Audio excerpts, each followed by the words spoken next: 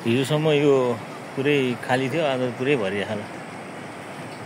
यो रिडी र चाहिँ उसको दोकान त यस्तो छ अवस्था, पुरै डुबान भएर। यहाँ हिजो चौर थियो पुरै।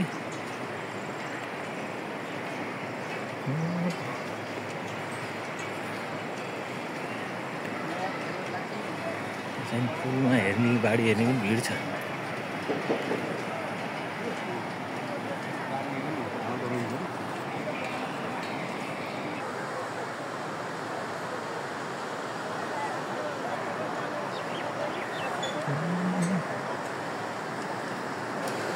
पुलले पनि राम्रै काम गरेछ है।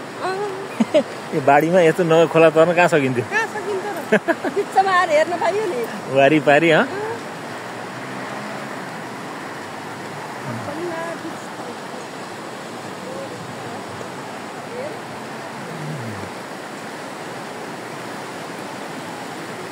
पाल्पाबाट छिर्यो हामी, यता स्याङ्जा यता गुल्मी। ल अब हामी चाहिँ गुल्मीतिर लाग्यो है।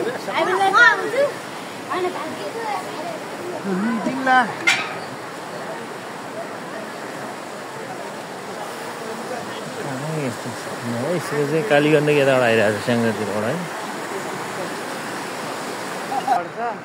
बाँकी त घरहरूलाई बगाउन आएर बचाउँछ कि सिधै चाहिँ हान्ने भएन, पानीले रोक्न त रोक्यो होइन।